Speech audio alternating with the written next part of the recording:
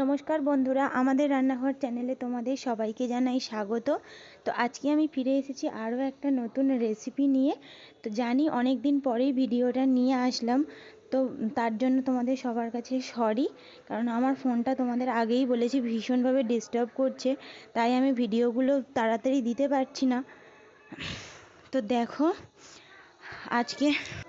আজকে তোমাদেরকে আমি একটা স্ন্যাক্সের রেসিপি বানিয়ে দেখাবো। তোমরা ভিডিওটা পুরোটা দেখো, স্কিপ না করে, আশা করি ভালো লাগবে। তো দেখো, এখানেই ফার্স্টে আমি একটা বাটি নিয়ে নিয়েছি। তো আগে যেটা করব, আমি ময়দাটা মাখিয়ে নেব। তার জন্য দেখো, আমি কাপে করে মেপে 2 কাপ ময়দা এখানে নিয়েছি। দিয়ে দিচ্ছি পরিমাণ মতো নুন, আর দিয়ে দিচ্ছি সাদা তেল ময়ানের জন্য। আর দেখো, অল্প একটুখানি জোয়ান আমি হাতে এইভাবে দলে নিয়ে ওই ময়দার মধ্যে দিয়ে দেব। তো এবারে দেখো, এই সমস্ত ময়ান দিয়ে আমি ভালো করে ময়দাটার সাথে মিশিয়ে নেব। তো দেখো, আমার ভালো করে মেশানো হয়ে গেছে। আর ময়দাটা কিভাবে এঁটে যাচ্ছে আমি তাহলে বুঝবো ভালোভাবে ময়দাটা আমার মেশানো হয়ে গেছে। এবার আমি দেখো, অল্প অল্প জল দিয়ে এটাকে কিন্তু যেমনভাবে লুচি পরোটার মতো ময়দা মাখতে হয়, ঠিক সেইভাবেই ময়দাটা মেখে নেব। তো দেখো, আমি ময়দাটা কিন্তু খুব সুন্দরভাবে মেখে নিয়েছি, খুব শক্তও না খুব নরমও না, এইভাবে মেখে আমি রেখে দেব। তো এদিকে আমি পুরটা তৈরি করে নেওয়ার জন্য দেখো, কড়াইতে দিয়ে দিচ্ছি সর্ষের তেল, এর মধ্যে দিয়ে দিচ্ছি পেঁয়াজ আর ক্যাপসিকাম কুচি। পেঁয়াজ আর ক্যাপসিকামটা একটু ভাজা ভাজা করে নেব। তো এই রেসিপিটা তোমরা অবশ্যই বাড়িতে একবার বানিয়ে দেখো, আশা করি তোমাদের ভীষণ ভালো লাগবে। আর এই পুরটা তো অসাধারণ খেতে হয়। তো দেখো, পেঁয়াজ আর টমেটোটা কিন্তু একটু ভাজা ভাজা হয়ে যাওয়ার পর কিন্তু এর মধ্যে আমি কিন্তু আরও জিনিসপত্র মিশিয়ে নেব। তার আগে কিন্তু পেঁয়াজ আর ক্যাপসিকামটা আরও একটু ভাজা ভাজা করে নিই। তো এবার দেখো, এখানে আমি 2টো বড় সাইজের টমেটো কুচি রেখেছিলাম, সেটাই দিলাম। টমেটোটা একটু বেশি পরিমাণে দিলাম যাতে গ্রেভিটা অনেকটা হয়। তো দেখো, টমেটোটা দিয়ে দিয়েছি। এবার এর মধ্যে দিয়ে দিচ্ছি নুন। তো নুন দিয়ে টমেটোটা ভাজা ভাজা করলে কিন্তু টমেটোটা খুব তাড়াতাড়ি গলে যায়। তো দেখো, তোমরা দেখতেই পাচ্ছ টমেটোটা কিন্তু অনেকটাই গলে গিয়েছে। এবার এর মধ্যে অল্প একটুখানি জিরের গুঁড়ো দিয়ে দিলাম, আর দিয়ে দিচ্ছি লঙ্কার গুঁড়ো আর গরম মশলার গুঁড়ো। এখানে আমি কিন্তু কোনো রকম হলুদ ইউজ করিনি। আর দেখো, দিয়ে দিচ্ছি ধনেপাতা কুচি। এবারে আমি সমস্ত উপকরণগুলোর সাথে আরও কিছুক্ষণ কষিয়ে নেওয়ার পরে দেখো, এখানে আমি আলু আগে থেকে সিদ্ধ করে মেখে হাত দিয়ে করে রেখেছিলাম, সেটাকেই আমি দিয়ে দিচ্ছি, আলুটা, সেদ্ধ করা আলু। এবারে এই আলুটা দিয়ে আমি ভালো করে মশলার সাথে মিশিয়ে নেব। তোমরা এই পুরটা দিয়ে কিন্তু আলুর পরোটাও বানাতে পারো, কিন্তু খুব সুন্দর টেস্ট হয় এই আলুর পুরটা। এটা দিয়ে পরোটা বানালেও কিন্তু তার টেস্টটা অনেকটাই সুন্দর হবে।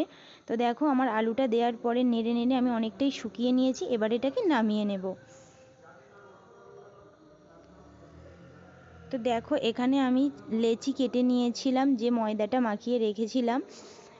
তো এখানে বেলেন চাকির ওপরে আমি একটু ময়দা ছড়িয়ে নিলাম।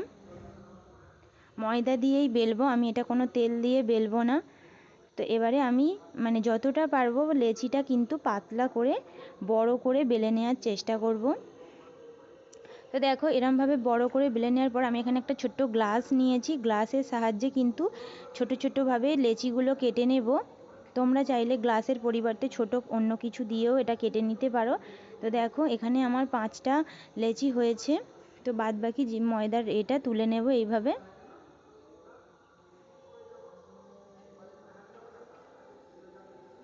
এবার লেচিগুলো আমি এক এক করে রেখে দেব। জাস্ট একটা নিয়ে আগে তোমাদেরকে দেখাবো।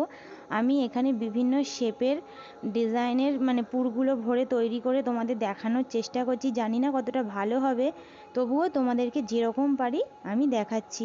তোমরা অবশ্যই ভিডিওটাতে লাইক করো, কমেন্ট শেয়ার অবশ্যই করো।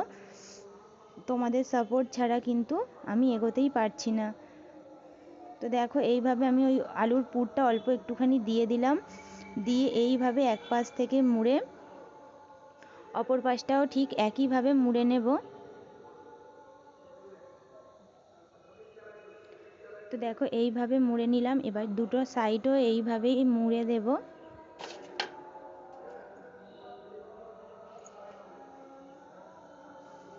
তো দেখো দুটো সাইড আমি এইভাবে মুড়ে দিয়েছি, কিন্তু আমার একটা মানে কিন্তু পুর তৈরি হয়ে গেল। দেখো দেখো আরও একটা তোমাদেরকে দেখাচ্ছি।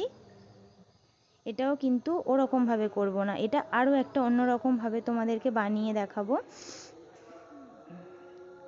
তো কিছু মনে করো না, হয়তো খুব বেশি ভালো হয়নি, তবুও যেরকমভাবে পাচ্ছি তোমাদেরকে দেখাচ্ছি। তোমরা তোমাদের পছন্দ মতো শেপেও তৈরি করে নিতে পারো। আশা করি আমার থেকে ভালো হবে জানি, তো তবুও আমি চেষ্টা করছি যতটা পারছি করার। তো কিছু মনে করো না প্লিজ। এই দেখো এইভাবে আরেকটা বানিয়ে নিলাম, আরও একটা বানিয়ে নিচ্ছি। তোমাদেরকে যতগুলো শেপে বানাবো ততগুলো অবশ্যই দেখাবো। তো দেখো এইভাবে আরও একটা শেপ আমি এখানে দিয়ে নিয়েছি। জানি ভালো হয়নি, তো তবুও যেরকমভাবে পেরেছি দেখো দিয়ে নিয়েছি। তো 3 রকমের শেপ তৈরি হয়ে গিয়েছে। এটা আর এক রকমের।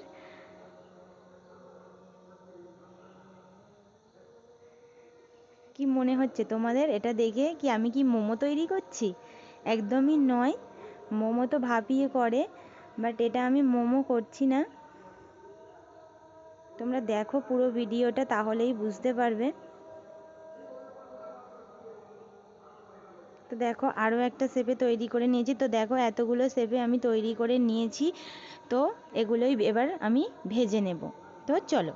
তো দেখো তেলটা গরম করতে দিয়ে দিয়েছি।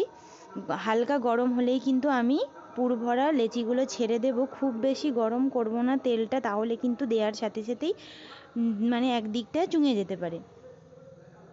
তো দেখো তেলটা হালকা গরম হওয়ার পরে, ঠিক যেমন সিঙ্গাড়া ভাজার সময় তেলটা মিডিয়াম গরম হওয়ার পরেই ছেড়ে দিতে হয়, ঠিক তেমনই গরম করার পরে আমি ছেড়ে দিয়েছি এক এক করে।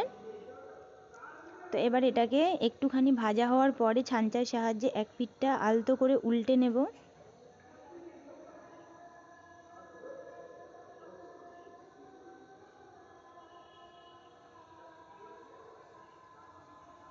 তো দেখো এইভাবে আমি একটা সাইড উল্টে নিলাম। তোমরা দেখতেই পাচ্ছ আমার কিন্তু একটা পুরো ভেঙে যায়নি বা খুলেও যায়নি, কিন্তু খুব সুন্দরভাবে হয়েছে। তো দেখো আমার কিন্তু লাল লাল করে ভাজা হয়ে গিয়েছে, লাল লাল, আর যেমন লাল লাল হয়েছে তেমন কিন্তু মুচমুচে হয়েছে। চলো এগুলো তুলে নিই। তো দেখতেই পাচ্ছ কত সুন্দরভাবে ভাজা হয়ে গিয়েছে। তো এবার বাদবাকি যেগুলো আছে সেগুলো ওই একইভাবে ছেড়ে আর ভেজে নেব। তো দেখো এগুলোও কিন্তু ওই একইভাবে লাল লাল করে ভেজে নিয়েছি। তো চলো এগুলোকেও তুলে নিয়ে একেবারে তোমাদের কাছে ফিরে আসছি। তো দেখো আমার সমস্ত কিন্তু পুর ভরা লেচিগুলো ভাজা হয়ে গিয়েছে। তো কেমন দেখতে হয়েছে তোমরা অবশ্যই জানিও। খেতে কিন্তু অসাধারণ হয়েছিল, পুরটা তো সেই টেস্ট হয়েছিল। তোমরা এই পুরটা যে কোনো পরোটাতেও দিতে পারো, ভীষণভাবে শুধুও খেতে পারো, রুটির সাথে, পরোটার সাথে, কিন্তু খুবই সুন্দর লাগে। তোমাদেরকে ভেঙে দেখাচ্ছি, দেখো ভেতরটাও কিন্তু খুব সুন্দরভাবে হয়ে গিয়েছে। তো আজকের ভিডিওটা কেমন হয়েছে তোমরা অবশ্যই কমেন্ট করে জানিও। আর তোমরা যদি ভালো লাগে ভিডিওটা, অবশ্যই ভিডিওতে একটা লাইক করে দিও, কমেন্ট করো, আর অবশ্যই শেয়ার করে দিও। আর যারা আমার চ্যানেলে নতুন তারা আমার চ্যানেলটাকে সাবস্ক্রাইব করে পাশে থাকা বেল আইকনটিটাকেও ক্লিক করে দিও। তো আজকের মতো এই পর্যন্তই রাখছি। নমস্কার।